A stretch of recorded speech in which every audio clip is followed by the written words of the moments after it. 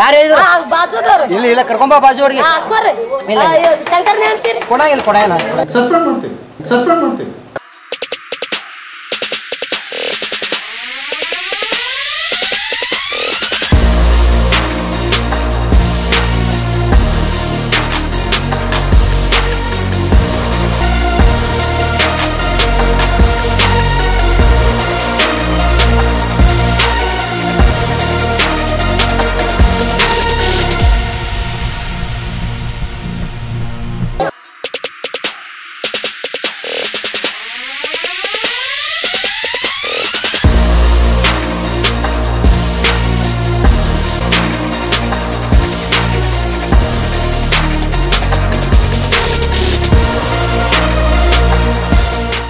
Ration mafia की लूट मार का हम करेंगे खुलासा।